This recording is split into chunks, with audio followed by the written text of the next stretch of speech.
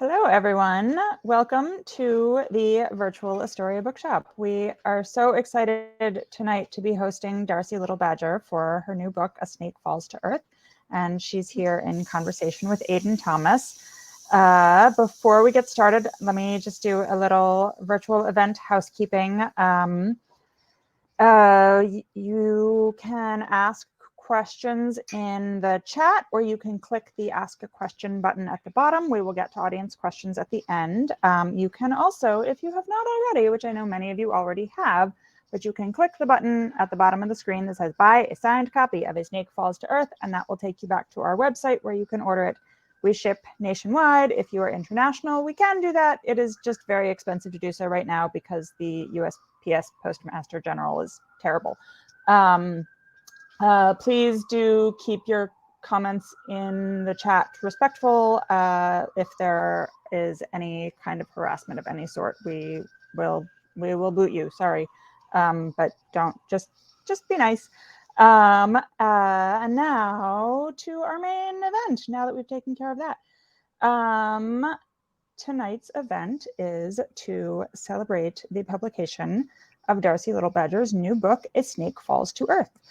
Darcie Little Badger, who uses she, her pronouns, is an earth scientist, writer, and fan of the weird, beautiful, and haunting. She is an enrolled member of the Lipon Apache tribe of Texas.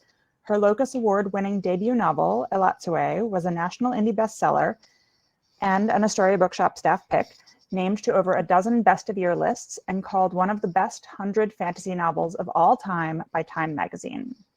Her second novel, A Snake Falls to Earth, which just came out this season, was longlisted for the National Book Award for Young People's Literature. She is here tonight in conversation with Aiden Thomas, who uses he, they pronouns, who is a trans Latinx New York Times bestselling author of young adult novels, some of which are also Astoria Bookshop staff picks. They received an MFA in creative writing from Mills College. Originally from Oakland, California, they now make their home in Portland, Oregon. Aiden is notorious for not being able to guess the endings of books and movies and organizes their bookshelves by color. Now I'm going to let Darcie and Aiden take it away, and then later on we will get to audience questions, so feel free to chat away and post them in the Ask a Question box, and we will get to them when time allows. Thank you so much. Thank you so much for that intro. Darcie, hello. I'm so excited to be talking with you. I'm like also excited to be talking with you. I gotta say, just like as a huge fan of your writing, to have you here for Snake Falls to Earth was just a dream. It's so funny because I had gotten the email and my publicist was like, oh, Darcie, a Little Badger. And I was like, I'm cool enough for like Darcie maybe like inviting me. I'm the opposite of and I like turned like bright red and I was like, oh my god, and like texted back immediately. I was like, yes, please. Like that would be wonderful. I am so excited to like talk to you, especially because I was such a fan of Elatsue. Like, oh my gosh. So when I heard that A Snake Falls to Earth was coming out, I was so excited. And now that we get to talk about it and celebrate it together, I am absolutely stoked. So I think to get us started off, could you tell us when you first got the idea for this book? Yes. So A Snake Falls to Earth is my second book, and I actually sold it on proposal. So I sold it when I just had the idea. That was after Elatsue had been out for a couple of months, and I wanted to write something that was more strongly rooted in the storytelling structures and themes of the Lipon stories I heard growing up. There's some of that in Elatsue. There actually stories play a strong role in that book, but in A Snake Falls to Earth in particular, there's this whole other world called the Reflecting World, and it's full of animal people. Like one of the main characters, Ollie, is this cottonmouth snake spirit. And these animal people are basically me saying it's like how to say homage. What is that word? It is homage, me saying yeah. I homage. Okay, that's I sometimes mispronounce things because I read so much. I learn words by reading. Yeah. God only knows what they sound like. I mean, yeah. I feel like I'm in good company. Yeah. But it is kind of an homage to these animal people of the Lipon stories I learned growing up. So that was the initial idea. I wanted to do something that had this group of animal people who ended up going to Earth and meeting humans there. And Snake Falls to Earth developed from that. And over the course of writing it, actually, it changed a little bit from my initial idea. But the theme of having these two worlds that are very different from each other, one Earth and one the secondary fantasy world, that was always at the heart of what I wanted to do. And it ended up being, I didn't expect where the end would go, because I actually rewrote that 5 times. But that's some of the fun part about writing for me.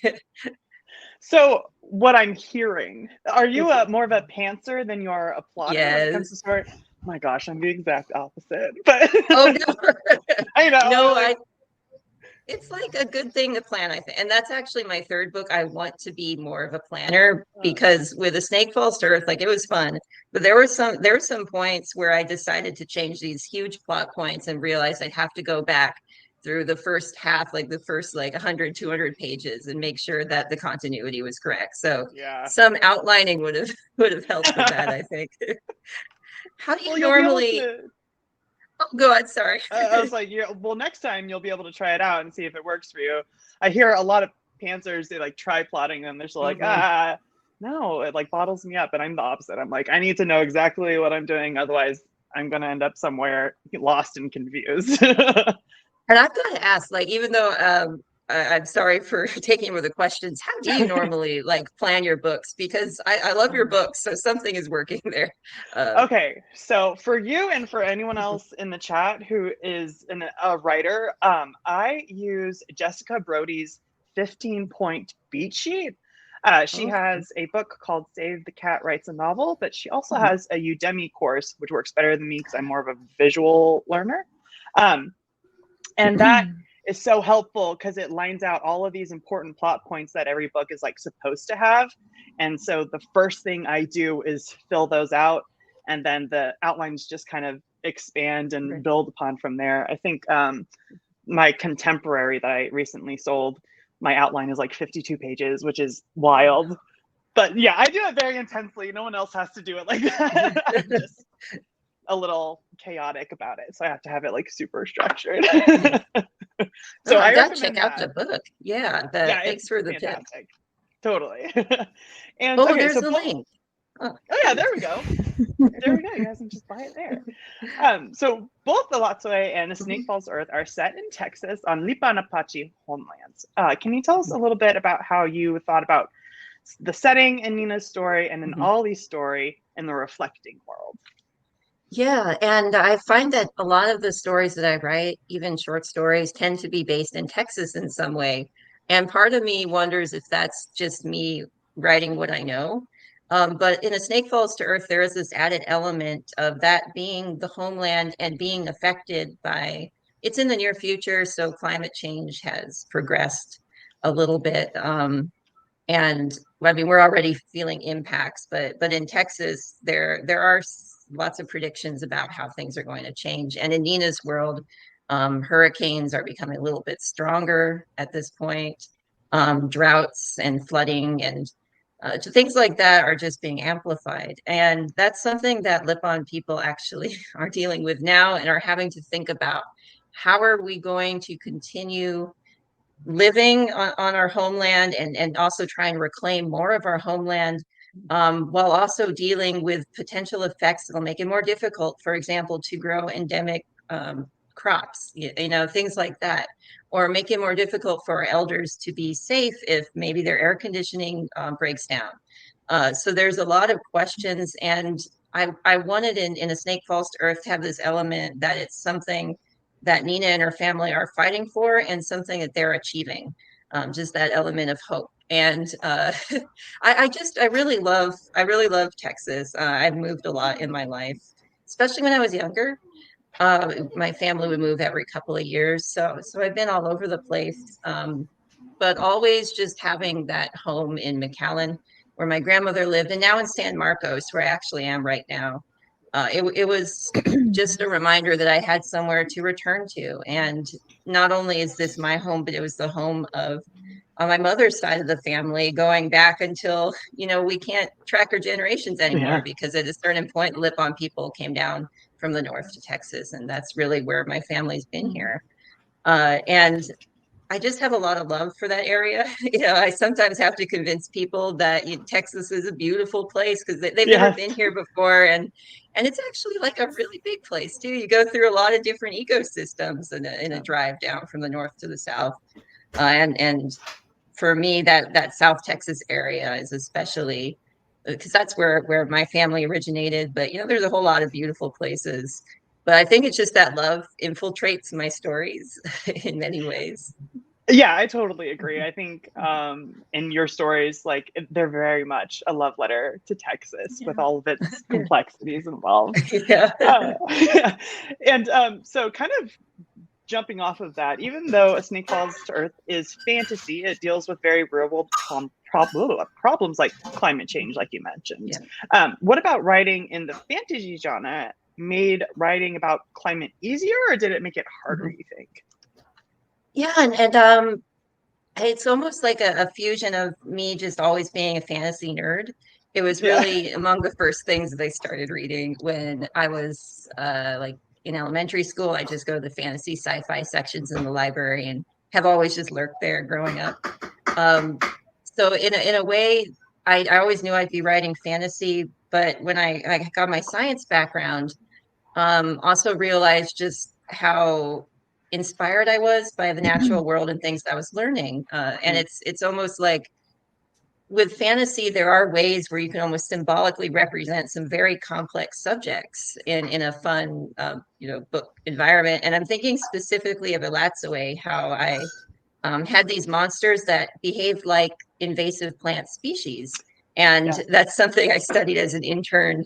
Invasive plant species are actually brought over usually from a different continent. Not always, but they have damaging effects on the ecosystem or economics, things like that. And they tend to push out native plant species. That's something that they do. So these invasive monsters in the Elatsue, very fantasy based, but their behavior is similar to the way that actual biological plant organisms behave. And it was fun to do that. And I do think that sometimes as a lecturer, when I was teaching introductory oceanography, sometimes I'd use stories as a way to make it more digestible. Like you sometimes students read these textbooks and sometimes they don't always get it the first time in a textbook, but you just have to find a different way to convey that information. And if you can make it fun and put some fantastic elements in books in particular, then I mean, why not? That's literally what I was going to say. Is what I love about it is how you make heavier topics like climate change, which, like, if you're trying to like educate yourself on it, that can be really dense, especially like with textbooks and stuff like that. So to have it within this fantasy world, it makes it so much more approachable, even, and easier to understand. And that's something that I really adore about your writing. Thank you. Yeah, I'm just waxing poetic over here. So to jump topics a little bit, so we're still working on getting more queer representation in fantasy in general, but there's some great rep in A Snake Falls to Earth. Could you tell us about that? Yeah, and I have to think that the main character, Nina, at one point she explicitly says, I'm asexual. And that's Simo, the main character. Elatsue was also asexual. But I think somebody actually asked me, well, what type of like queer rep do you have in A Snake Falls to Earth? And I realized that pretty much all of the main characters, except for one of the Coyote twins, is some element of that representation. And in me, it's just like I was writing about friends, and a lot of my friends is just, I mean, you are, and it's like, it just seemed natural, really. But on the other hand, I do think it's important, especially I get asked a lot about asexuality in fiction, because the two main characters are ace, and I'm also ace, and I'm married to another ace native. So we're out there, and yet when I was growing up and reading fiction, I never actually read about an ace main character in the fantasy sci-fi books I was reading. And I'm not saying it's not out there, it just wasn't in the library. And so it almost felt weird, and not just with the asexuality, but also with my culture, Lipon culture, that these two big elements of myself weren't anywhere. I've described it as going into a house of mirrors and not seeing a reflection. It's kind of like a Twilight Zone weird sensation. So to a certain extent, I do think it's important that I made it clear that these characters, you know, they are asexual, or they're non-binary, or you know, and so on, just so that readers who are experiencing what I experienced when I was growing up, maybe they can see themselves or an element of their identity that they haven't really seen too often elsewhere. But yeah, it is also just writing what I know, especially with friends. Like I gotta say, the queer two-spirit community these past 2 years, it's been a very difficult 2 years for me personally, and especially during the pandemic. Like you can't really, when someone passes away, for example, a member of the family, you can't really gather together and hold each other. And so this community, though, especially of queer writers that I belong to, they actually supported me in such an important way. And just writing about friends, the friends that Ollie has, and just the way they all support each other, I felt almost it was reflecting real life. And I'm so grateful for those people who reached out to me and through the internet held me when I needed it. Yeah, I think that's a really kind of beautiful thing, right? And I think as authors, that's kind of what we're trying to create with our books, right? That sense of community for readers. And just going back to like the identities that you do have in this book, it's so important to even just like put a name on it, so that people, you know, can get excited, you know, when they see, oh, asexual, they're like, oh my gosh, wait, that's me. And I think that's a wonderful and beautiful way of creating community, even with vast, you know, distances and countries and seas between folks. And I think that's really cool. Well, thank you. Yeah. So as you were coming up with the world's culture and history, were there other stories that you realized that you could tell in this world if you wanted to, or that you may tell down the line? I mean, just an idea. Oh, for sure, especially because it ends. So Ollie's story ends with him back in this fantasy reflecting world, and he and his friends are about to embark on another journey. And this reflecting world in particular, in my head, there's so many like cities and places and magics and monsters that didn't get to reach the page in A Snake Falls to Earth just because there was no space for all that. Right. Yeah, it would have been nice to just write like 1,000 chapters of Ollie doing ridiculous stuff. I was like, I probably shouldn't. So there definitely is potential there. And even in the world of like a Latsaway, there it's just every book I write, there's stories I want to tell, and hopefully in the future we'll maybe have a chance to. I was actually wondering, is that the same with you? Oh my gosh, always, yeah. Yeah. I'm editing the Sunbearer Trials right now. Mhm. I'm at like line edits, but my editor is still like, Aiden, you have to cut like so many words. And it's hard because you want to like tell everything. And I think something that kind of aligns with what you said is that I have an encyclopedic knowledge of this world. And so there's always room to like build upon it and expand it. It's just a matter of finding the time and page numbers for it. So Snake Falls to Earth is your second book. Were there any challenges you faced while writing Snake that you didn't encounter with Alatsue, or how was the process different? It was definitely, I don't want to say rushed, but I had less time to write it. Yeah, and sophomore that's book. It is. Yeah, as you well know, it can be pretty stressful. And I think that might have been the biggest one, because with Alatsaway, I wrote a draft and I sent it to my agent, and my agent sent feedback, and I rewrote it, and I had time while it was being subbed to think about it. And with A Snake Falls to Earth, it was just get the draft into my editor, and then he gets feedback back, and we have like 2 months, and I'm rewriting the ending, and the time is ticking. 5 times that was you had to rewrite the yeah, ending. it's like, oh my gosh, yeah, but we did it. We did it. Got it in right under deadline. I think actually a little bit over deadline, but still managed to publish it. So that's good. You're like, that's the important part. Yeah, I do appreciate my editor for everything and for being very understanding when I was like, I'm working as fast as I can. Yeah, it's rough. and we were kind of talking about this before all of our friends joined us, but we're learning that TikTok has become a huge platform for books and authors, especially for the young adult audience. Do you navigate TikTok as an author, and have you seen any TikToks made about Alatsoe and A Snake Falls to Earth? Oh my gosh. I did.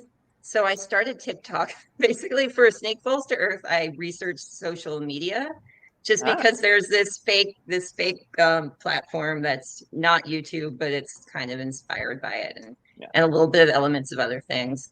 And so I decided why not try TikTok. So before Snake Falls to Earth was published, I did this kind of promotion for indie bookstores where Miyaoki, who is the cover artist, actually had this art that was included in 5,000 special copies for indie bookstores. And I signed like all 5,000 of them and I taped it. And I was like, I'm going to put this on TikTok.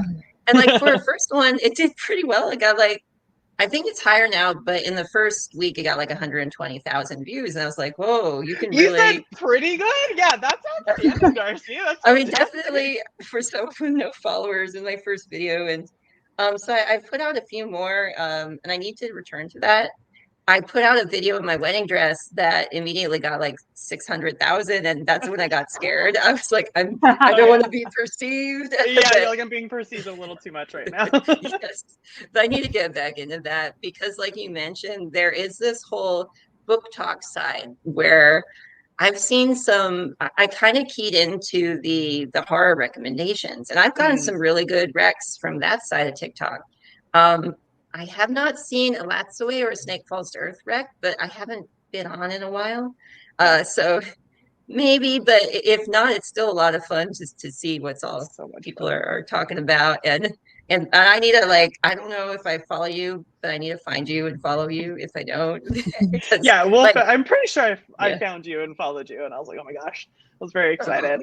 And I think that's kind of what's cool about TikTok, and maybe what you and I fall into is that we should be generating content, but also it's just so much fun to scroll through and observe all the content. I get distracted from having to do it myself.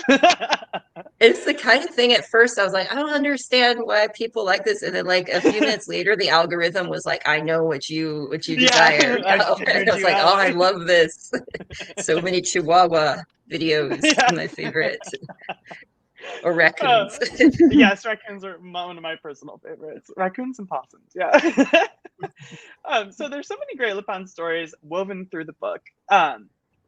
Can you tell us more about that and why you picked those particular stories? And is there one that's maybe your favorite? Yeah, and for Snake Falls to Earth, I would say that growing up, my favorite stories were Coyote stories. And a lot of times Coyote would he'd do I don't know if you're familiar with Coyote as not just a trickster, but as a kind of let's say things backfire a lot when he does them, but that doesn't stop him from getting into trouble.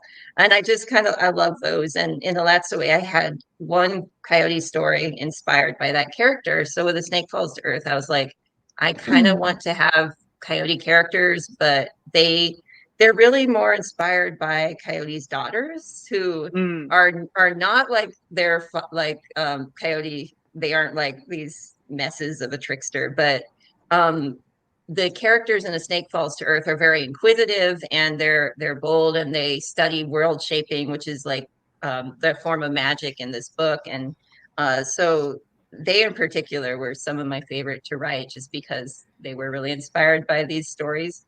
And something that is inspired in a different way is actually Nina, the human character. She's told a Lipon story, and she doesn't understand it because she doesn't speak Lipon, but her great-great-grandmother is actually passing this down.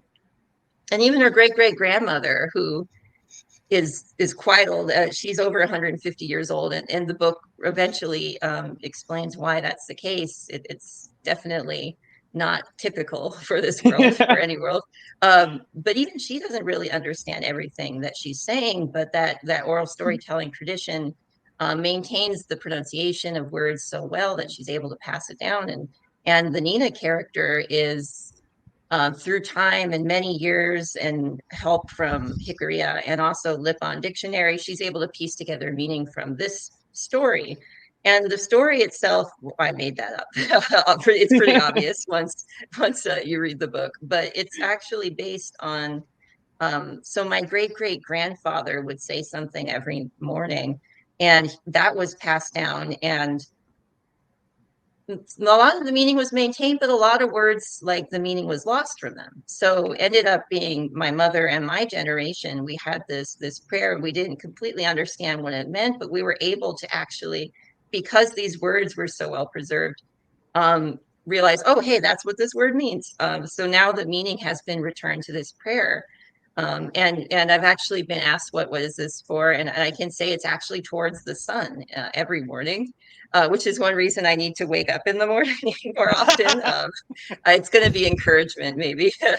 And yeah, it was just that experience of of it's like saving almost. It's and not just that, but we're going to be able to pass this on to future generations. And it was just such a beautiful moment that I was like, I'd like to put that feeling in the book without actually sticking a prayer in a fantasy book, because that would Right. be a big no-no. Like, I mean, we don't even say it like in public.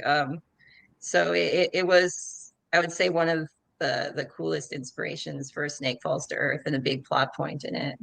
Yeah, I love that. That's beautiful. That's a Oh, beautiful thank you. background for that. Okay, so is there a certain character that you like relate to the most, or maybe their situation, or are they all like very different from you, or are they all like a little bit of you?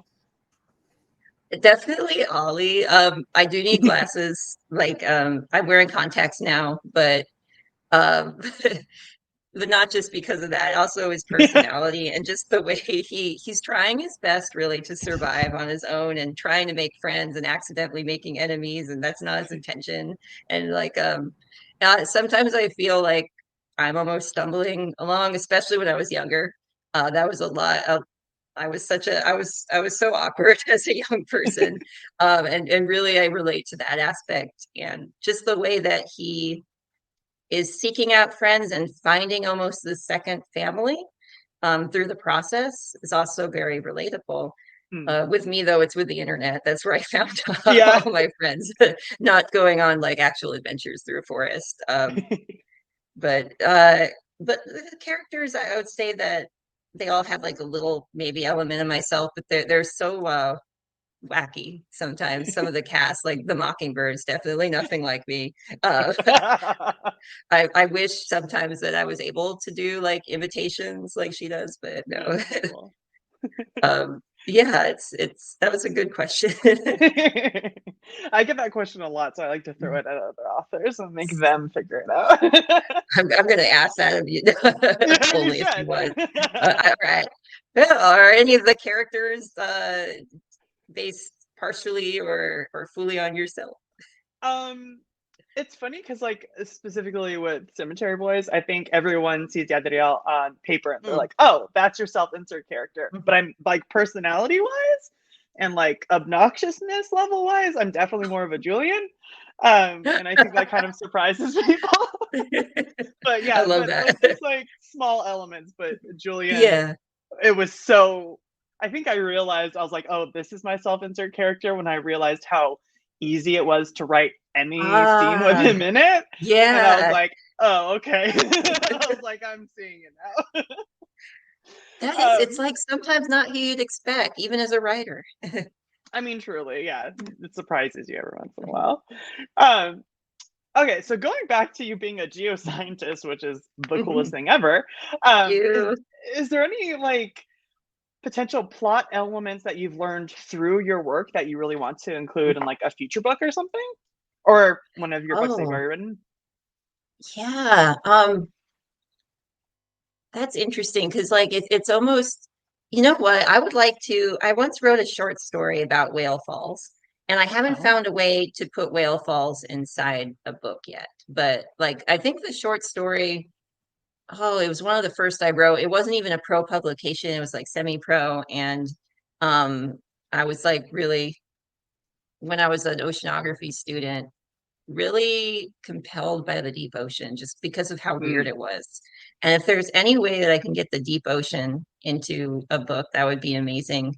I don't know, for anyone who's not familiar about whale falls, it's like sometimes a large whale body usually in the open ocean, when it's able to sink before it starts floating, it'll sink down to the bottom of the ocean, and it almost forms this little garden. It's like this ecosystem forms around this whale body, and different phases of life moves in, and usually like 15 years, give or take, this whale is like an island of life. And it's just so cool to think about the even the death of this large beautiful animal supplies so much nourishment to the ocean. And yeah, I wish I could have stuck that in. There's this underworld of the ocean in Alatsaway, and I was like, oh, wouldn't it be cool to have like a ghost whale floating by, and it's just like surrounded by all the little animals that lived on after death. I was like, I can't really figure out how to stick that in. I mean, it sounds like it could make a really cool creation myth for a secondary fantasy world. Yeah, you're that'd right. be very cool. Yeah. Oh my gosh, you should use a giant whale. like, I'm stealing that. No, we you should like share that some sort of product. I don't know. That's a really great idea. You can feel free to steal it, please, because I want to. If I do, though, I'll credit you. Okay, that's fine. Just put me in your acknowledgments, and I'll be happy. Yes.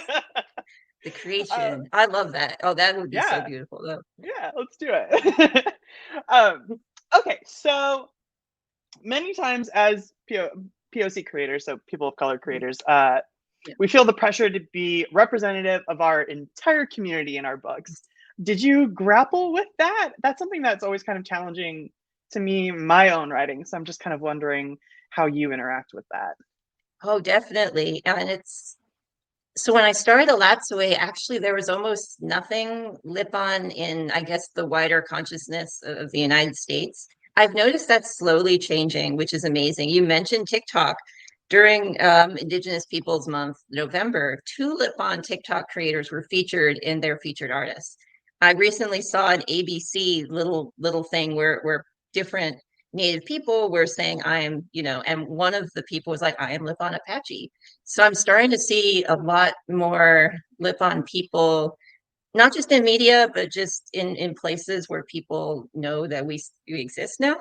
But when I wrote Alatsaway, there was less of that. And I was like so scared that people would read this one book written by me, a fantasy book, and think that, oh, this is how Lipon people today think about ghost dogs. I'm like, no, that's how Darcie and made believe ghost dogs. Like, but yeah, it's just something we just have to keep reiterating. We are individuals, our books they're not like textbooks. We don't speak for everyone.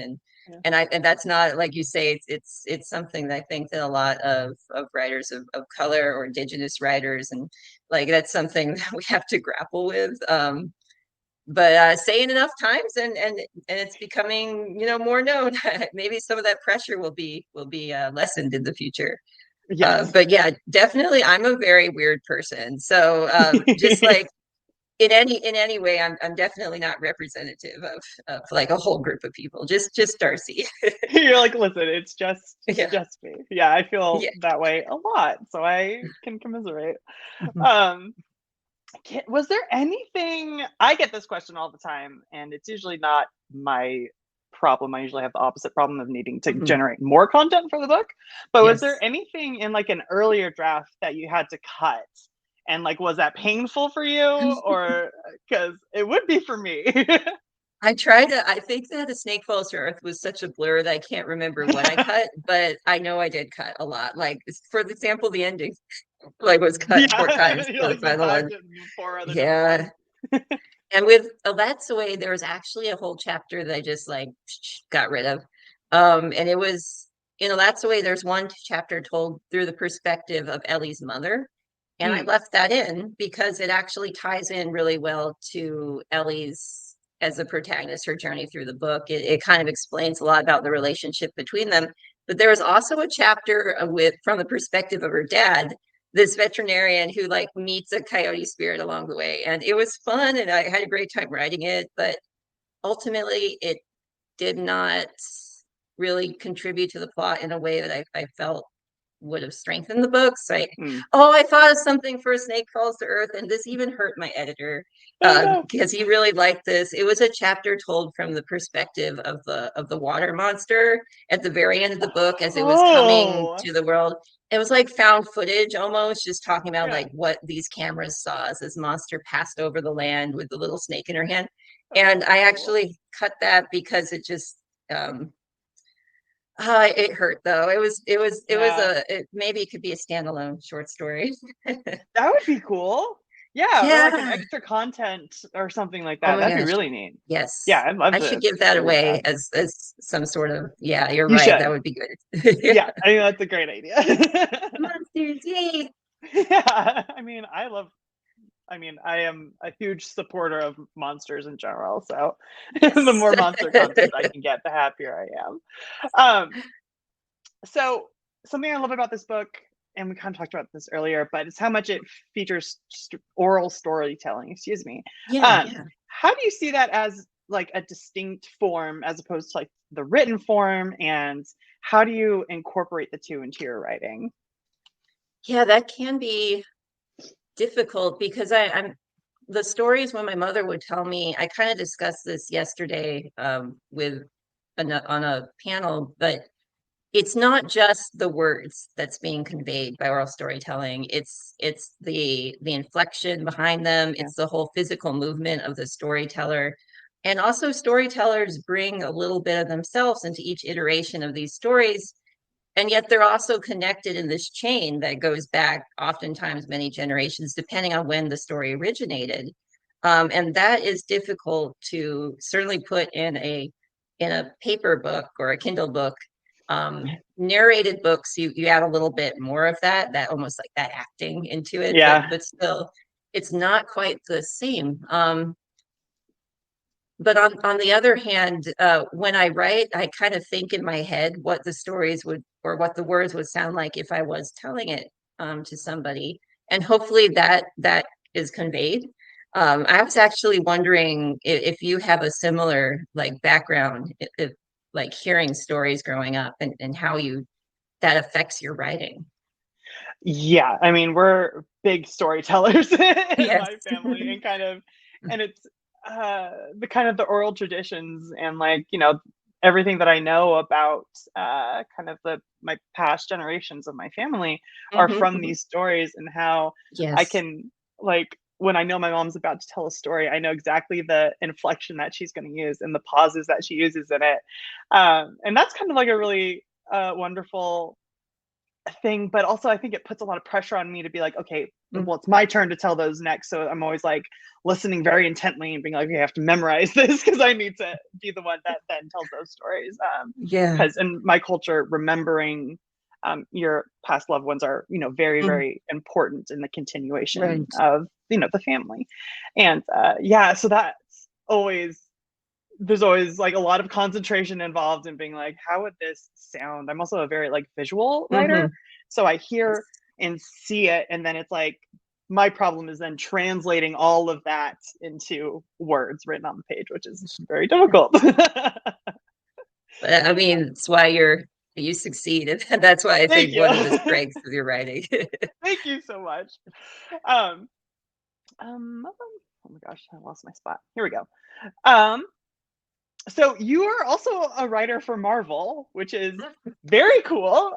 Did you gain anything from that experience and like kind of the graphic novel and comic format that kind of helps with your novel writing? Kind of, we're talking about form and function, I suppose, right now. It's almost, I was going to ask actually if you write comics, because you mentioned that you have this visual aspect to writing. And that's, I would say actually one thing that writing comics has helped me with is writing teleplays, so scripts for TV. I did a few of those that it hasn't come out yet, so I can't really talk about it. But it's almost like it's not a big thing. It's just like a few little episodes. Sorry, I say hello.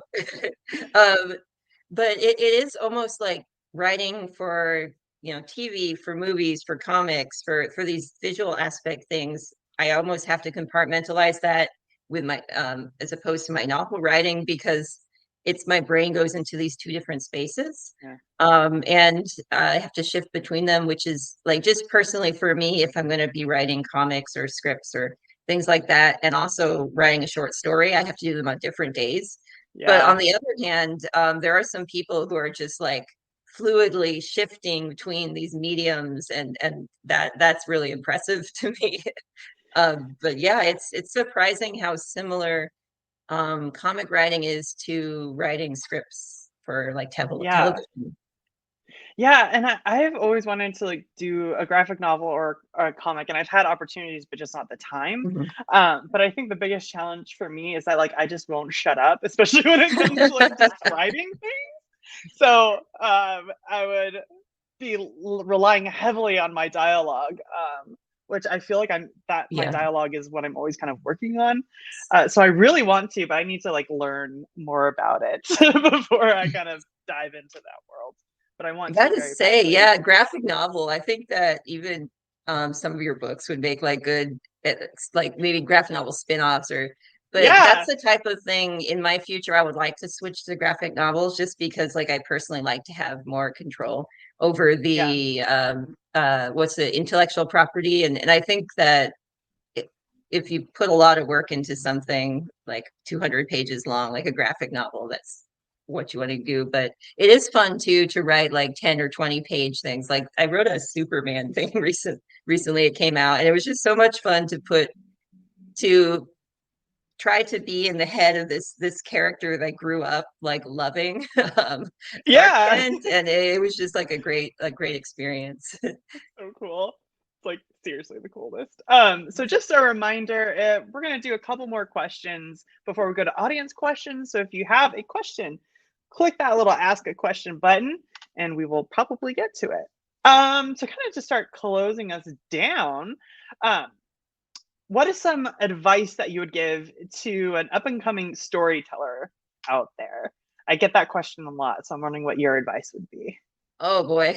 And it's one thing I do like to say is that no, so a lot of times you go on the internet and maybe you're on Twitter or something, that place. I actually am no longer on Twitter. It was just like it was no reason in particular. I was just like, oh, it's taking up too much time. It's making me so Yeah, sad here. But like yeah, sometimes writing advice gets passed around. Like if you want to be a real writer, you have to do this every day. And one thing that I do like to tell people who are starting out on this journey is that everyone has a unique journey. So just because your process to being a writer is different from mine doesn't mean that it's any less legitimate. Um, Another advice is, oh, it does help to have community of people who are also trying to get published, because a lot of times there's like a lot of rejection. oh my Sometimes god, so there's a much. lot of struggles. Yes. Yeah, And I don't think the wider world really knows what that's like. The other writers sure do. And it helps to have a community, not just to like maybe read each other's stuff, but to be like, oh, you know what, we sympathize, we yeah, empathize that it's rough. commiserate with. um oh, definitely. Yeah, And yeah, and the lastly, it can be, things can be discouraging. And I like to tell people I got rejected from the creative writing program in my college twice. But you know what? That doesn't mean that I didn't take it as a sign that I should stop writing. I just kept trying to find my own way, and maybe your path is non-traditional. yeah, But if you love writing, then keep writing. It's yeah. my biggest advice. I love that. Okay, I have one last question before we go to audience questions, and that is, what do you hope readers will take away from Ollie and Nina's stories? Uh, I hope that first and foremost that readers get a sense of joy just by reading this book. It's something that I relied on a lot, is reading when I was a teenager. And even today, as a definitely not teenager, I'm in my 30s. Uh, and just that sense of being able to relax and to be happy and enjoy this adventure, I think would be great. And another thing is I hope that they do come away from the book with a sense of hope. because it does deal with some pretty deep subjects like climate change for sure that are impacting us all today. And what I think is important, this is my philosophy, is that I'm trying to fight for the best possible version of the future as I can. And if there have been some times when things have been very hopeless, at least in my ancestors past, and I just think about how that prayer that I now know that my family knows, it wouldn't be here if my grandmother, my great grandmother, my great grandfather, if they hadn't fought to survive and fought for future generations. So I hope that A Snake Falls to Earth does give readers that sense that there is a world worth fighting for. I love that. Oh my gosh, that was beautiful. Thank you. And then I think let's go to audience questions. Hello, welcome back. Hello again, friends. We have a few questions from the audience to start with. Please feel free to continue asking while Aiden and Darcie give us some answers to these ones. We're here. We have until 7 o'clock, so there's a little bit more time. The first question I think is for both of you. What inspires your writing? Where do you draw that inspiration? Darcie, do you want to go first? Oh yeah, Great question. pretty much. I get inspiration from all sorts of places. It starts, of course, with the world that I live in. I know we talked a little bit about how I write about Texas a lot, and I step outside my door and I see this beautiful like backyard full of spiders and lizards and just all sorts of things. And I know Ami the toad was actually inspired by a type of toad species in Texas. I think I made up it. So the Houston toad was the toad that inspired him. I think that I made the scientific name like Dallas something. So it's like the Dallas toad. And but also other writers. That's why I love reading when I get writer's block, just because oftentimes reading what I love is inspirational. The people that I meet, like I don't actually write about people specifically, but sometimes you go through an experience that teaches you about really a certain type of person, and so just being out there in the world and interacting and observing, and that's really inspirational. I do write about dogs. I know Kirby is based on the actual Kirby, so I can say that if it's an animal, then there's a good chance it's based on actual animal that I know. I love that. I mean, from a bunch of different places, and a lot of similarities to you, actually. I think that there's a lot of authors out there who are like, I simply cannot read other books while I'm writing because it will impact my process or my voice. And I'm like not that. When I get stuck, I go back to my favorite books and start rereading them. Like Zoraida Cordova's books all the time. I'm constantly rereading those. And that kind of being immersed in something I love so much usually sparks some kind of other idea. And I find that really helpful. Consuming media in general, and from people around me, I don't put people who I know or I've met in my books, but I do steal things from people. In Cemetery Boys, Julian has this verbal tick that when he gets really excited, he repeats things in threes. And when I was in middle school, one of my best friend's older brothers did that. He'd be telling us a story, and then he'd be like, and I tried to tell him, and then would continue on with it. So I stole that and gave it to Julian. Yeah. Okay, a next question that I'm super curious about. What are you currently reading? Oh, I'm ready. I'm reading The Kindred by Alicia Dow. This is her sophomore novel, and I am so excited. I literally got it yesterday. And the tagline is a royal romantic adventure following a duke and a commoner, mind-linked from birth, framed for murder and hunted across the galaxy by those who want to kill them and steal their kingdom. So I am very excited for this book. I'm actually I'm finishing a book that I've been reading on and off for 3 months. It's It's a book about Mount Everest called Abominable. But I'm excited to start. I'm trying to see if I have it back there. Actually, I went to a bookstore and the bookseller was like, "You need to read this book, Iron Widow." So I haven't read it yet. I haven't started it, Oh but yeah. that's Oh my yeah. next thing. Yeah. Oh, Oh, have you're you gonna read it? like it. Yeah. Okay, You're that's gonna like good. it. Yeah. It's right here. It's a little out of my Ooh, reach, okay. but yeah, it's That's incredible. good to know. You're gonna love it. Yeah. Awesome. Okay. Were there any characters or scenes that were more difficult to write, Darcie? The end of the end of A Snake Falls to Earth. And I gotta say that's because A Snake Falls to Earth has like three endings. And it was difficult for me to because I kind of knew how I wanted everything to resolve, but I it was because when I'd initially envisioned it, I guess I didn't think that it would have to be in like a novel format. And it was something I struggled with, and my editor really helped me a lot with. That's why I rewrote it 5 times. But I am very happy with how it concludes, and then finally concludes the last time. This is a question that has gotten a lot of votes from the rest of the audience, so we definitely have to ask it. Do you have any All right. fan casts for the characters? One of our attendees is working on some fan art for your novel. Oh my god! My god, That's so exciting. let me pull up Mia Oki's art. Wait, I'll just show you. All right, so I don't have any fan cast, and honestly, like whatever y'all feel inspired to put in there as the characters, I think that would be amazing. But I do love the way that Mia Oki drew all of the characters inside of the book.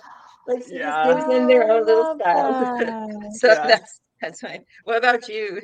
Have you thought of that question? That's a good question. I get that question a lot, and I think for a long time I was just like, okay, let me pull something out of thin air or whatever.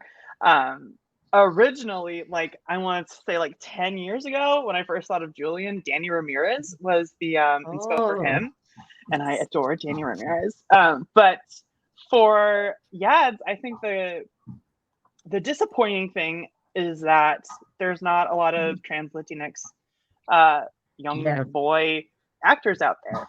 And I think the cool thing is that there's not a lot of trans Latinx boy actors out there. But if it was turned into something, then suddenly we would have that. And so, fingers are always crossed. But what's most exciting about like a fan cast for Cemetery Boys for me is the potential and how finding someone new would be earth shattering for everyone involved, but especially myself. I do have to say that the cover, I just reminded that when you were saying like casting and how. So the cover itself, Mia wanted to know if there was any references, and I actually had to send over, with permission, a reference of my sister-in-law, Shay. So that would be the Oh, real that's life cool. casting of the cover art. And Nina, Shay's like really That's so like a cool. really cool person. So I'm just I like, I love was like that. so glad she agreed to do that. Yeah, that's awesome. Oh my gosh, can you hear the chair squeaking every time I lean back like It's that? fine. Barely. Okay. It's Yeah, like not really a big deal. obnoxious to me. I'm like, oh great. Okay, we have time for a couple more questions. One of them that I know, since both of you have a few books out already, but that they've been published since the pandemic started. So this might be a complicated question, but could also be a really interesting question. What are some of your most memorable reader responses or interactions? I think we're both of us are pure pandemic authors, right? Yeah. Unfortunately. Which it's yeah, it's been I did my first, I guess, IRL signing in Brooklyn actually very recently, and everything of course was behind like plexiglass, so it was like very safe. But other than that, it's been very different, I hear, than experiences of other authors. But do you have any memorable?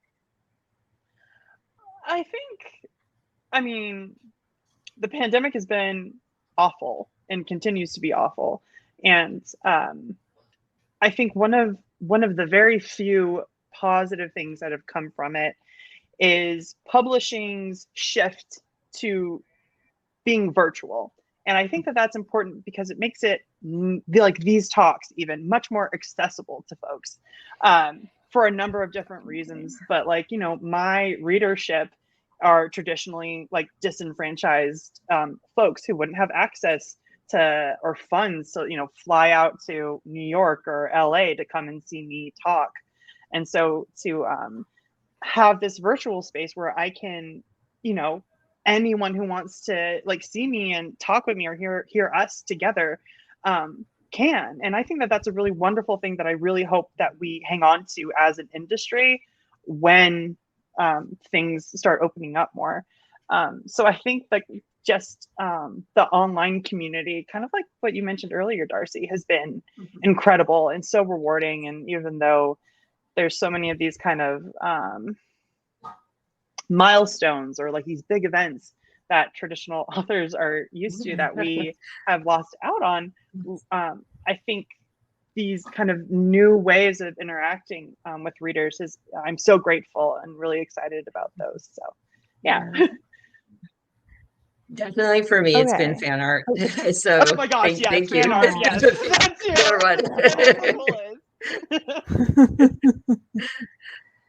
Okay, last question. Is there a question no one ever asks you that you wish they would? Oh, that's hard. This is your chance to really just tell us whatever you think. Okay. Here's a question.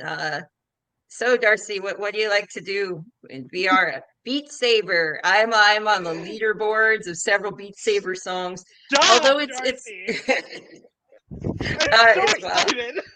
Do you do Beat Saber too? I mean, I try to, but I watch a lot of Beat Saber. Oh my god, I'm very excited. So oh my gosh. We should someday, when it's safe to like be playing games in person, we should do like a Beat Saber type. Like, I know they have VR arcades that I haven't been able to go to since the pandemic, but it's so much fun to see people like doing this and like slashing things in the air. So but yeah, I tend to get very like fixated on certain things, and for the past few years it's been Beat Saber, and I just want everything to be perfect. And so I have done it on the leaderboards and a couple of songs, but it of course, like, it's hard to stay up there because the people like push in. So but yes, that's my that secret would be identity. Some great TikTok content is you doing Beat Saber.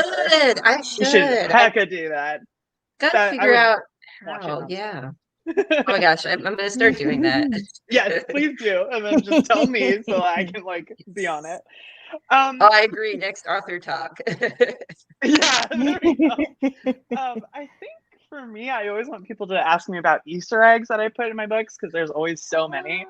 And there's one in particular in Cemetery Boys that no one has organically like come to me and be like, does this mean this? And so I'm still waiting on it. And it's kind of a— You're gonna tell us?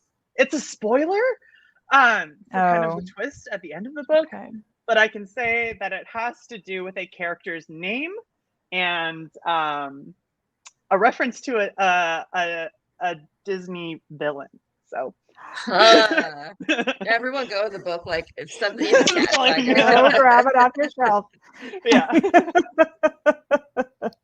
Those were two excellent answers. Okay, it is 7:00. Thank you, everybody, for spending your evening with us. Thank you especially, Darcie and Aiden, for giving us your time and your expertise and your fascinating conversation. This was really, really wonderful. Thank you, everyone, for attending. If you have not, you can click the follow button up at the top so that you will be notified when we have, this is our last event for the year. But we have some great things in the works for January and beyond. So if you click that follow button, you'll be notified when we have new things coming. Also, you can click the button at the bottom that will take you back to our website to buy a copy of Darcie's book or to buy a copy of Aiden's book or whatever you like. That is it for tonight. Thank you, thank you, thank you. And we hope you all have a really wonderful and peaceful rest of the year. And we'll see you in 2022. Whew. Thank you so much, everybody. Thank you for having it was us. so wonderful to my gosh, of course. Anytime. Bye, everyone. Bye.